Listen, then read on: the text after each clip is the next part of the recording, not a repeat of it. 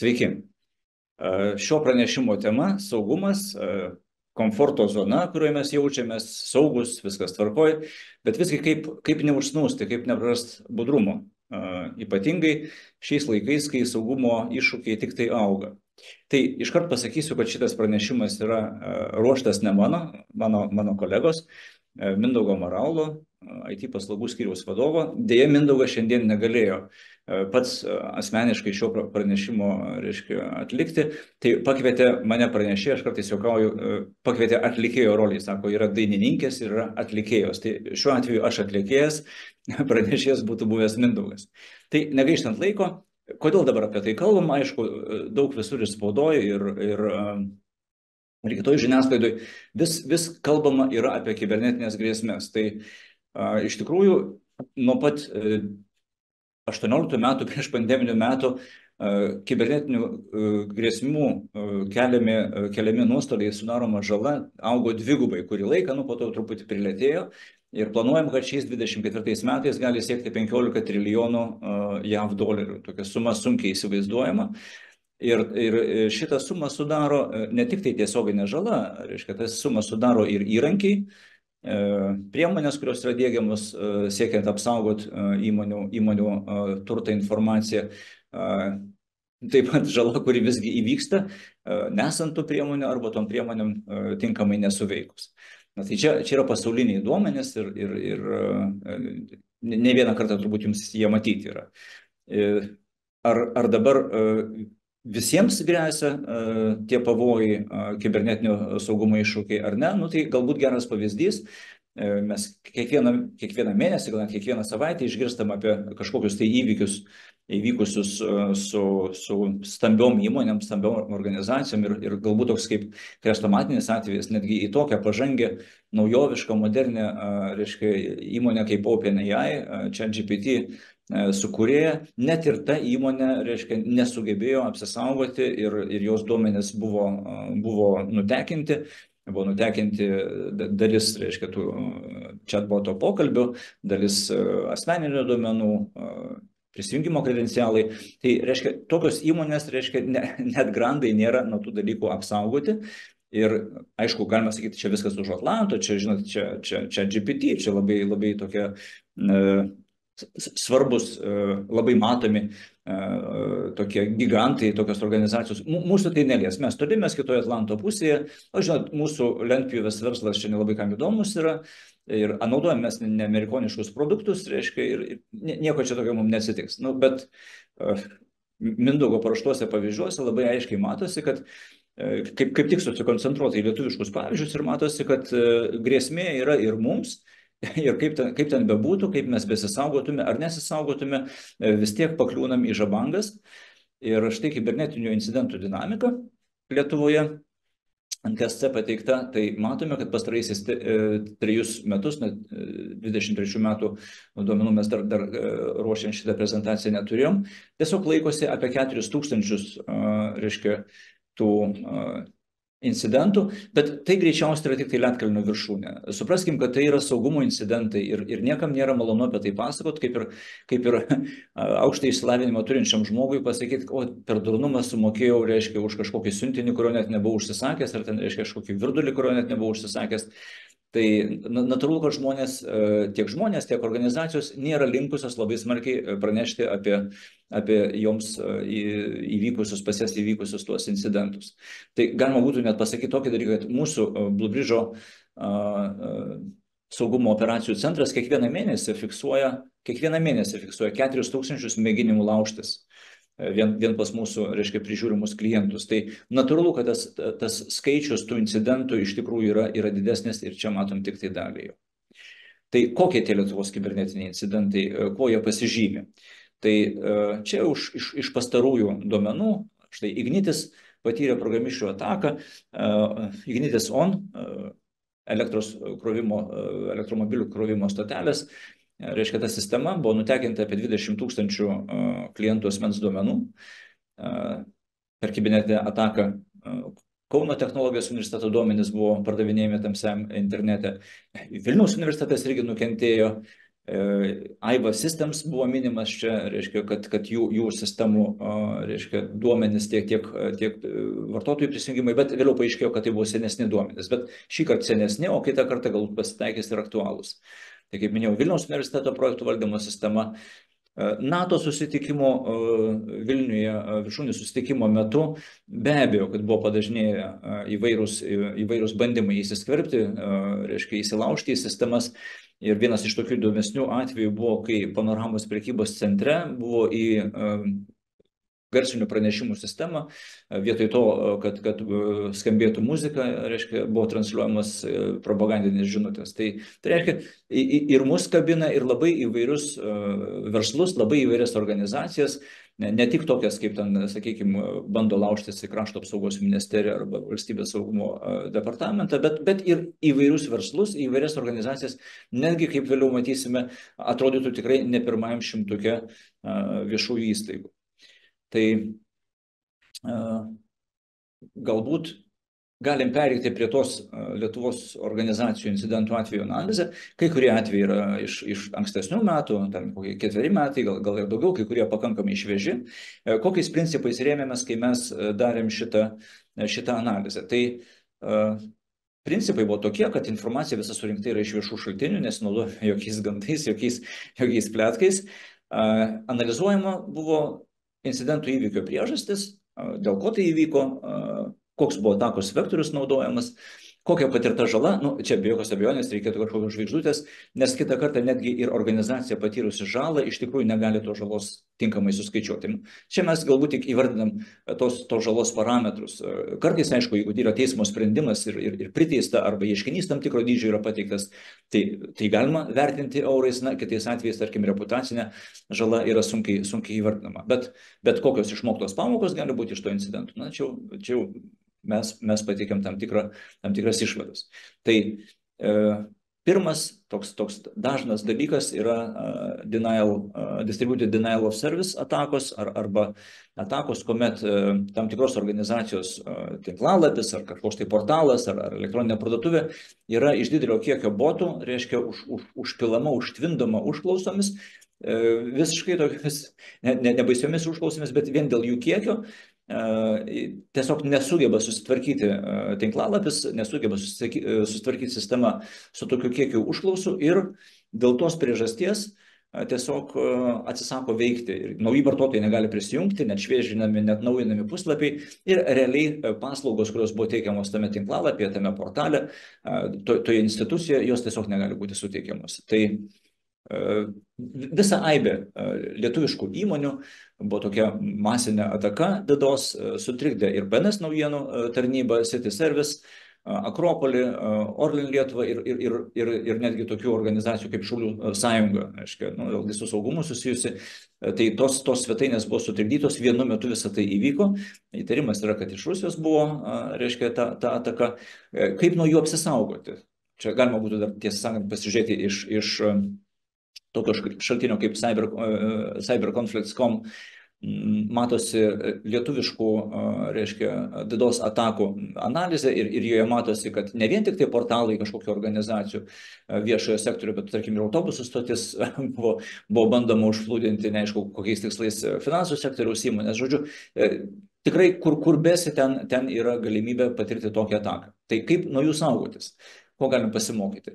Tai pirmas dalykas, galbūt reiktų įsivertinti, kokia galima reputacinė, kokia rizika, finansinė rizika, kad neveiks portalas, mes prarasim galbūt pajamas kažkokias, galbūt prarasim klientus, kurie negalėjo tą dieną, nes paprastai, pavyzdžiui, atstatymas sistemų, ta ataka gali ilgai trukti ir užkardymas dažną atveju trunka visą parą, kol vėl pradeda veikti tie portalai.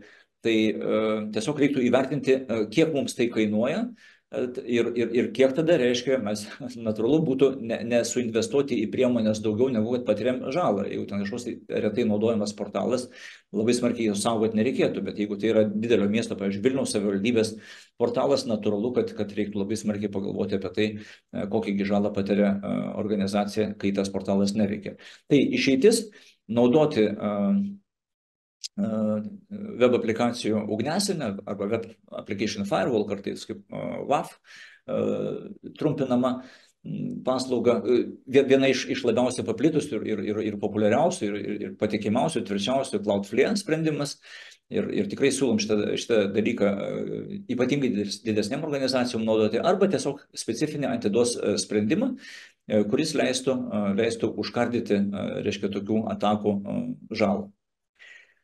Kitas atvejis, tai jau čia finansinė institucija, kaip tik paminėta, ir šita Banking Lab, iš tikrųjų Baltic Under Solutions, toje įmonėje vyko toksai dalykas, kad buvo įsilaužta į šitą finansinę instituciją ir nutekinti tam tikri duomenys, bet įsilaužta ne per tos institucijos finansinės sukurtą bankinį produktą, kuris buvo pakankamai saugus, nes jam buvo skiriamas didelis dėmesys, bet per toje organizacijoje naudojamą programą, plačiai paplitusią programą, ir tos programos spragos, reiškia, buvo žinomos, viešai plačiai žinomas, ir tiesiog nebuvo atnaujinta ta programa ir įsilaužėliai pasinaudojo, įsilaužė, reiškia, į tą organizaciją ir po to jau nutekino, reiškia, iš tos organizacijos duomenis. Tai turbūt didžiausias kompiuterinis nusikaltimas būtent finansų sektoriuje, kurį patyrė šitą organizaciją. Va. Tai kas čia įvyko? Buvo įsilaužta pasinaudojant programinės įrangos žinoma spraga. Tiesiog jinai nebuvo užlopyta, nebuvo atnaujinta programinė įranga. Kaip susitvarkyti? Reiškia, tai susitvarkymas yra toksai, kad tiesiog reikėtų laiku atnaujinti, laiku žinoti, kad įranga yra atnaujinta ir žinomos spragos yra užkamšytos ir įsilaužėliai negalės jomis pasinaudoti. Na, o patirta žala, be jokios abejonės, tai yra finansinė įmonė, teikianti paslaugas, na, ne tik finansinėms, bet finansinės paslaugas, tai labai jautru, labai rimta, gali turėti tiek tiesioginę, tiek netiesioginę žalą. Ir tai, kad buvo prarasta keli šimtai klientų duomenų, tai tie klientai ne šiaip sau Jonas Petras, bet tai tiesiog organizacijos, kurios patikėjo ar tai atsiskaitimus, ar tai kažkokius tai pavedimus tarp organizacijos padalinių, reiškia, per šitą sistemą. Tai tikėtina, kad po tokio įvykio labai nelengva bus atstatyti pasitikėjimą klientų savo kuriamais produktais. Tai ko galim pasimokyti? Tiesiog galima būtų arba naudotis Saugumo operacijų centras galėtų pastebėti tokius dalykus, kad, reiškia, yra naudojami seni protokolai arba yra bandoma belstis į žinomas saugumo spragas. Tarp kitko, ir patiems labai patartina reguliariai, tikrai nerečiau kaip kartą per metus, atlikti vulnerability scanning, tikrinant ne tik tai tinklus, ne tik tai portus, kai kurie galbūt nenaudojami, juos reiktų išjungti, užblokuoti. Ir tas vulnerability scanningas, reiškia, jisai leidžia atpažinti plačiai naudojamą programinę įrangą, pamatyti pasenusias versijas turinčias pažeidžiamumus ir tinkamą įrangą skanavimo labai aiškiai išrašo, kokie tie pažeidžiamumai yra, ką reikia daryti.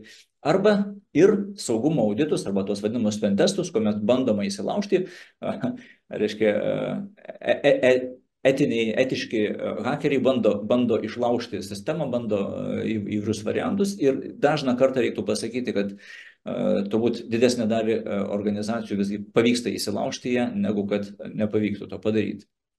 Trečias atvejis, plačiai nuskambėjęs CTB atvejis, kai programišiai paviešino CTB klientų informaciją, mokėjimo kortelių duomenis, asmens duomenis, kontaktinius duomenis.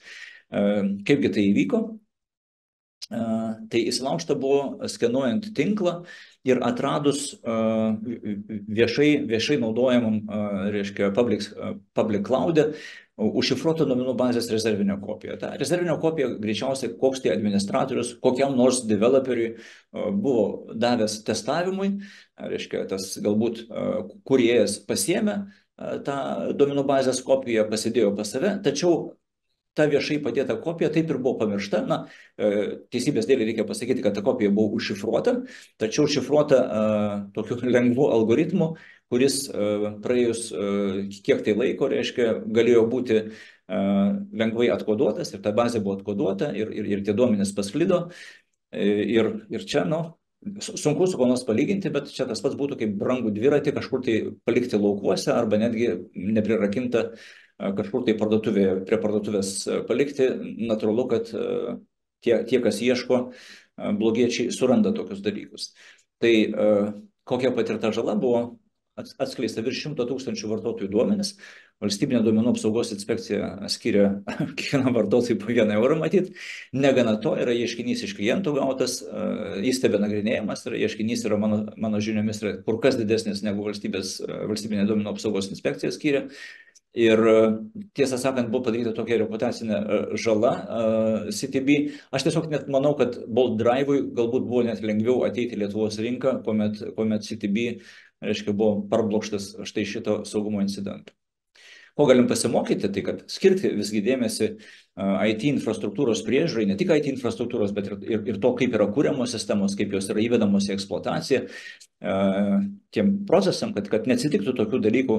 Iš esmės, jeigu kalbėtume apie tai, kaip buvo pasielgta, tai tiesiog buvo padėta į neužrakintą kažkokį tai visiems viešai prieinamą kambarį, labai svarbi informacija. Čia tas pats tokį kaip ir analogija, mes galime įsistatyti labai stiprias šarvuotas duris su chromo-vanadžio strypais užsirakinančias, bet jeigu raktą paliksim po kilimėliu durų, nu, tai iš tų strypų jokios naudos nėra. Tai saugumo operacijų centras iš principo irgi galėjo tokį dalyką pastebėti, jeigu būtų pradarytas, reiškia, praėjimas iki tos vietos, kur organizacija laikė tas, reiškia, dar kažkokius tai laikinus failus, tai būtų pastebėtas tas dalykas, kad yra neteisingai sukonfigūruotas ir vyksta kažkoks tai transportas iš išorės, kuris neturėtų vykti ir turėjo būti ta vieta, kur buvo ta kopija dedama, pažymėta kaip privati, reiškia, pasiekiama tik tai turint atitinkamus kredencialus, turint tam tikrus saugumo leidimus, visgi tas nebuvo padaryta. Galima būtų sakyti aplaidumas. Kaip visi žinom, reiškia, žmogiškasis faktorius iš tikrųjų sudaro 90% viso IT saugumo incidentų. Grožio chirurgija irgi labai platus atvejis, reiškia, čia tokia chirurgija buvo tai organizacijai padaryta, kad nedaug tų dievė buvo pavogta virš 20 000 jautrių duomenų, kalbant apie asmens duomenis, tai yra aukščiausios kategorijos susijęs su sveikatos duomenimis. Ir tai buvo tokia, žinot, grožio chirurgija ne visą laiką su veidu ir su pirštais daroma, matomais visiems. Tai dievažiai buvo šantažuojami susimokėti ne tik tai pati grožio chirurgija, bet ir jos klientai, virš 20 000 buvo prašoma iš jų išpirkos, kad jų duomenis nuotraukos nepasiektų, reiškia, interneto, ir galbūt kažkas susimokėjo, galbūt nesusimokėjo, ta informacija be abejo yra, niekas ją labai plačiai nesidalina.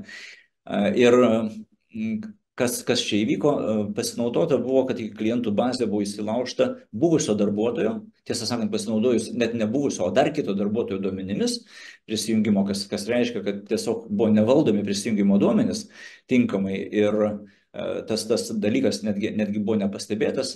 Patirta žala, kaip jau ir kalbėjom, pacientai prisiteisė 20 000 eurų neturtinės žalos, nežinau, kaip ten baigėsi su atskirosiam bylom, matyt, smarkiai dirbo viešieji ryšiai ir daugiau ten labai smarkiai informacijos neiškeliavo, bet tarp lyderių, tiesą sakant, nelabai jau matosi dabar tos grožio chirurgijos, čia aš nesai norėjau pasidalinti nosį, tai jau nemačiau jų skelbimų, juokauju.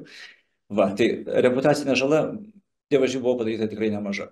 Kaip reikėjo apsisaugoti, ko galim pasimokyti? Tai skirti dėmesį, kaip yra prižiūrima infrastruktūra, reiškia, kaip išeinantis darbuotojas, ypatingai darbuotojas turėjęs administracinės kažkokias tai privilegijas, kaip yra naikinamos jo paskyros, kaip yra įsitikinama, ar yra 4 akys, antra pora akių, kuri pasitikrina, ar viskas tvarkoja. O dar geriau, jeigu tai yra automatizuotas sprendimas, kurį ir siūlom turėti, tai privilegijuotų vartotojų sprendimą, privileged access management, tas sprendimas leidžia labai gerai susekti, kas kokias privilegijas naudojo, kada, galima įrašyti sesijas, kas buvo atliekama, ir slaptažodžiai automatiškai yra keičiami ir realiai yra tikrai didžiulė nauda, kuomet yra būtina tinkamai suvaldyti aukštas privilegijas turinčių vartotojų veiksmus, galimybės, ypatingai, kai yra nemažas kadrų tekamumas. O pripažinkim, IT sfera, IT industrija yra tokia, kur žmonės išdirbę daugiau negu 10 metų vienoje įmonėje turbūt yra retenybė.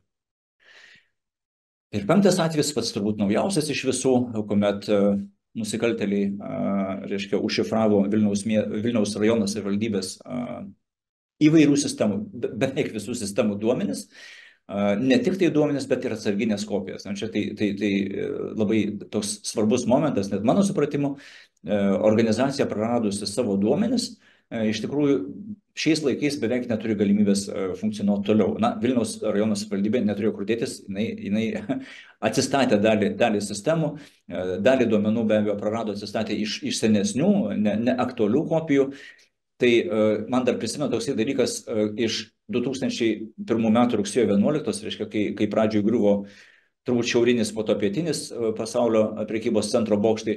Tai mačiau tokią statistiką, kad 60% įmonių, kurios neturėjo kažkur tai kitur pasidėjusios rezervinių kopijų, jos bankrutavo, jos tiesiog dingo, reiškia, per 1 metus veiklos, reiškia, po rugsėjo 11, 2002 metų rugsėjo 11 jau 60% tų įmonių neveikia. Tai matyt, Vilniaus rajono savivaldybė sugebėjo atsikelti kaip koks Feniksas, bet visgi patyrė didžiulę žalą.